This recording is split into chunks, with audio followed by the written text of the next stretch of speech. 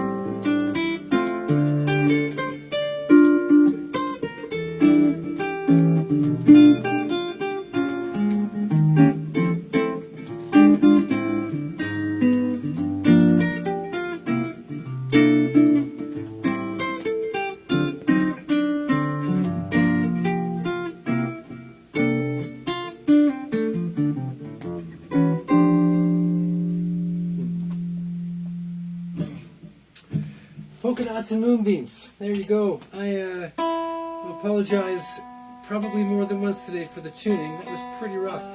Man, it is hard to stay in tune when it's 40 degrees and 1,000,000% humidity. So we'll keep trying. Anyway, there you go. Polka Dots and Moonbeams. I hope you like that one. That's a fun little tune. I will say again that this is another week when I'd be very happy if you've got an income and are able to support projects like this for a donation to keep this going. A lot of you have been really, really generous this month, and I really, really appreciate that. And lots of you are struggling like me in these dangerous times and don't have an income with money to spare, and please, no pressure and no shame about that. Starting next week, I will be back getting some support from the Canadian government and needing to be careful about my income, and I won't be asking as much for donations, but up till this week, again, I am really appreciative when it's possible. So thank you in advance for that. If you're a regular Live from Lockdown listener, you know that one of my lockdown projects has been working on my mandolin playing, collecting mandolin tunes from far and wide, two particular places far and wide. My good friend Stuart Seidel on the West Coast, who keeps sending me tons and tons of tunes, and Catherine Nichol and Fred Thompson in Scotland, who have been encouraging me to learn how to play hornpipes and try this world for a while. And I've been working on that. So last week I played you a little tune called the Cincinnati Hornpipe, which I learned from a collection of old-time music that my friend Stuart sent along. And I got a great message later on from Catherine. I should tell you folks, you know, if you're looking, I know over on the side of the page is a place to put comments, and lots of you are talking to each other. I don't look at those comments when I'm doing this. I can barely manage to keep my focus and keep playing. I can't be interacting live, even though I know that's the idea. I promise. I go through all those comments after the show, and I hit like, and I respond to them if you ask me questions, and I make notes about what to do next week. So I'm not ignoring you. I'm just ignoring you at the moment. But Catherine sent me a message, said, that tune that you called the Cincinnati Hornpipe is actually called the Cork Hornpipe, which I found quite delightful. My friend Stuart said there's two sides to every story and a dozen versions of every tune. So I guess an Irish expat took the Cork Hornpipe, moved to the colonies, and decided to rename it for his new home of Cincinnati. I guess that's how that happened. Some of you might know this about me. While I am very privileged to live in Canada, I'm also a citizen of Ireland, so I like to call on some of those traditional roots in Ireland and finding these tunes. So in going through Stuart's collection of hornpipes and mandolin tunes, I came across not only the Cincinnati or the Cork Hornpipe, but the Belfast Hornpipe. And happy for that geographic reference. So I'm going to give a run at that one. We're going to get two mandolin tunes this week. Louise Bevan, if you're listening, get your mandolin out and please play along. This first one, the Belfast Hornpipe, is great for a geek like me who spends hours every day playing scales and arpeggios. It's kind of just a scale and arpeggio exercise, so it's a good little workout. It's in the key of D if you're playing along, and I love this music. It's very much like Bach, in the way that Bach could write these melodies that are kind of almost a scale exercise, but just put a little turn where you don't expect it and make it into beautiful music. So, without further chat, here's my run at the Belfast Hornpipe.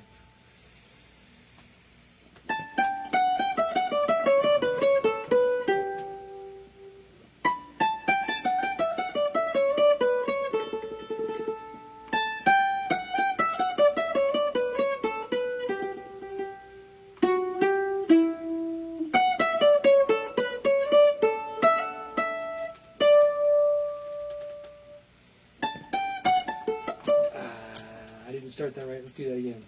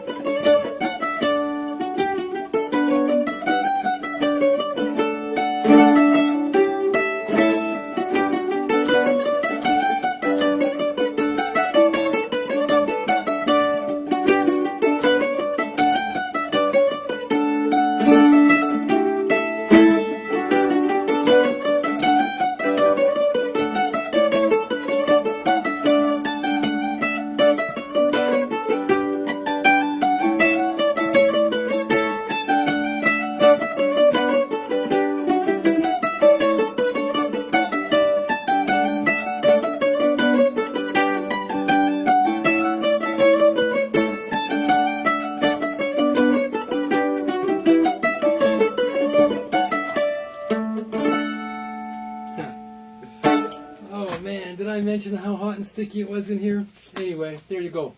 A little bit of the Belfast hornpipe.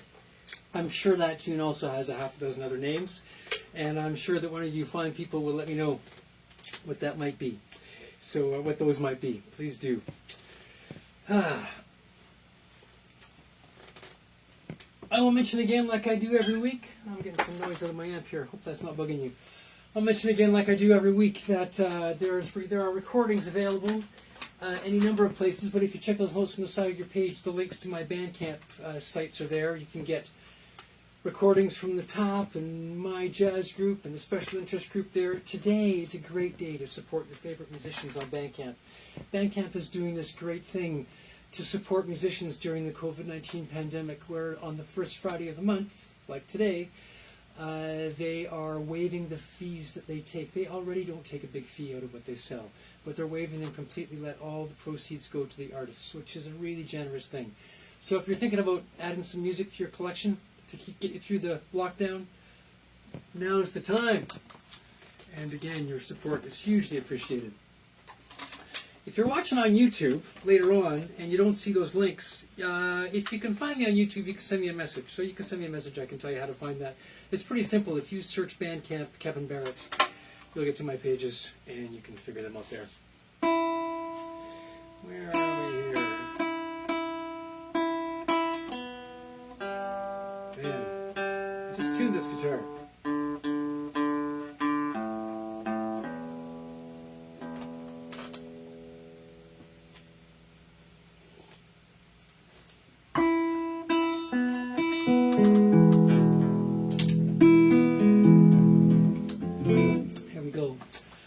Most weeks, you've been getting a sad ballad.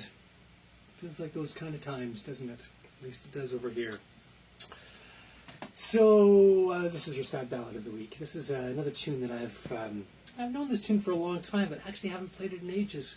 But as I mentioned, trying to keep the music fresh, I've been digging down deep into the very bottom of my list of solo guitar repertoire, and I came across this one and thought I'd work it out again. For the first time in a few years. This is a tune which was written by Victor Young and Ed Washington and was sung by a bunch of great jazz singers, but really quite a beautiful, if sad, ballad. This is called My Foolish Heart. Ain't that fitting?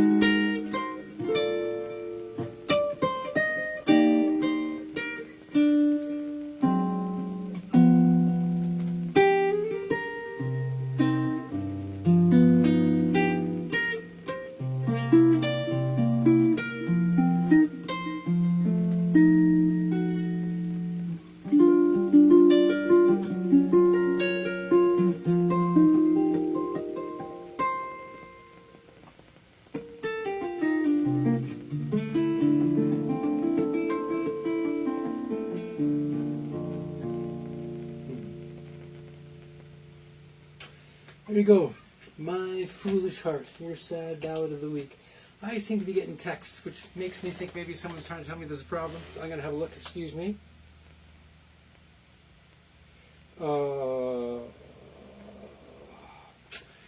Yeah, I'm getting messages that the feed is cutting in and out. I'm really sorry about my internet. I think that there's a lot of demand for the bandwidth in the house at the moment, and it's affecting the feed, and I'm not sure there's much I can do because I'm hardwired to my modem. Oh, that's really frustrating. Usually when that happens, the original video is good. So if you want to give up on this and check me on YouTube later, you'll see a better one. I'm sorry. That's really frustrating. What a drag. I don't know if the heat's got something to do with it too, but there's not much I can do. Oh, that's really frustrating. Man, the technical challenges of trying to be a musician in the pandemic age, they don't seem to ever end. Anyway, I don't know what to do. I'm going to continue and hope it gets better or hope something works. That's really frustrating. Everything's going wrong. My amp's farting too. So, a little reminder, if you're interested in learning about some of this, I do some teaching online. I do some master classes and some private lessons on the internet, and I'd be happy to talk to you about that. Send me a message if you're so inclined. Every week I try to mark birthdays and anniversaries and things, and there's a few great jazz musicians in town who have birthdays today, but the two things I really want to note, one of which is that it was Canada Day this week, Canada's birthday, the anniversary of our Confederation. I'm going to say more about that a little bit later. Today, July the 3rd, is also the anniversary of the death, not the birth, but the death of a very good friend of mine, Adrian P. Harper. Died 1 year ago today, and I'm thinking about his mom, Veronica, in Australia, and my very good friend, Vicky Saunders, who was a huge support to Adrian for a lot of years. Adrian died way too young a year ago, and I'm missing him a lot. And I think he was a pretty big supporter of me, although he didn't always get the music, but I think he would approve of the next tune. So I'm going to give you a tune that I think Adrian would like. Time to sing. Time to sing and hope my internet's a little better.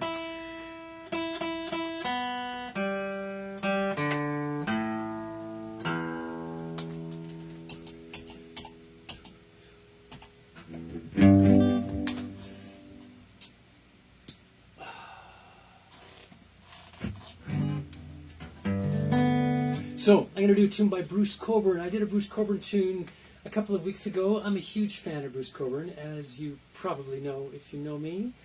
And mostly I'm a fan of him. I love his songwriting. I love the very courageous stand that he takes on a whole host of political and economic and social issues and addresses those in really poetic kind of ways, which is always really inspiring to me.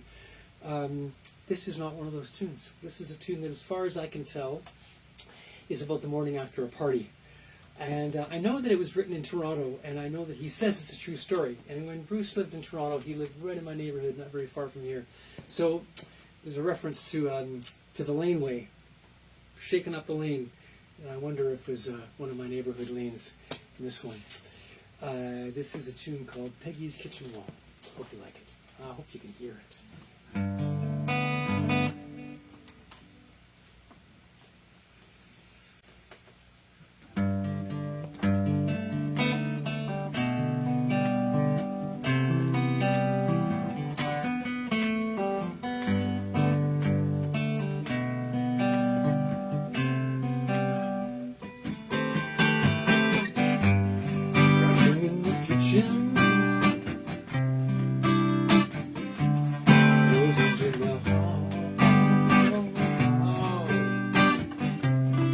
start that one again too. Find the right key. Let's do that again. Sorry, folks.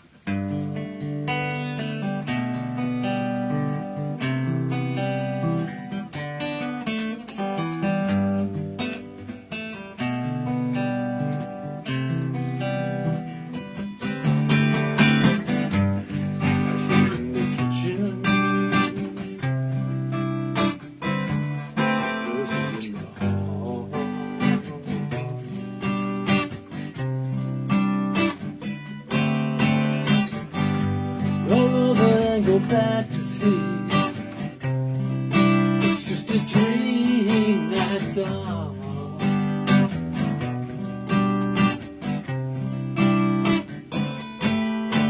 So how come the window's broken? What caused the glass to fall? Put that bullet hole in Peggy's kitchen wall. Put that bullet hole in Peggy's kitchen wall. Police arrived. On the floor.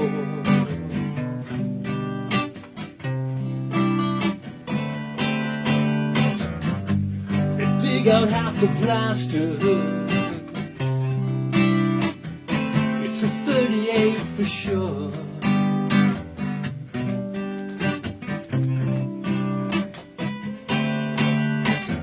Keep the neighbor's door in. Say you better tell it all. Put that bullet hole in Peggy's kitchen wall.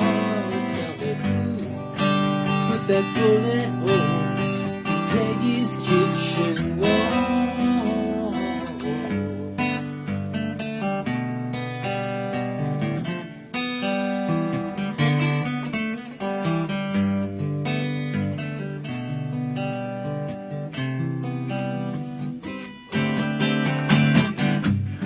Blasted on the back porch,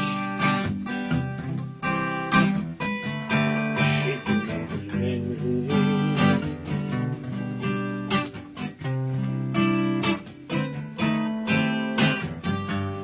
Drinking gin and joking, laughter falling down like rain.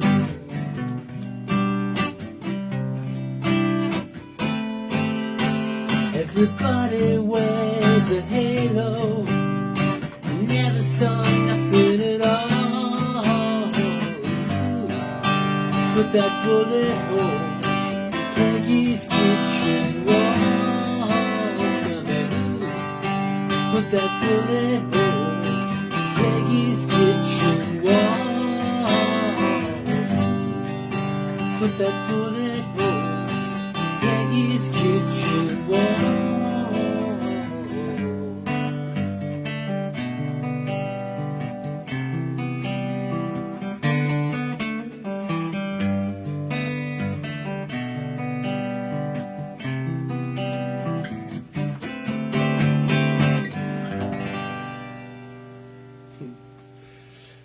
Oh man, it's too hot to be doing any of this these days. Thanks for your patience. Sorry for that false start. I had an offer of some tips about singing a little better that I'm looking forward to getting one of these days.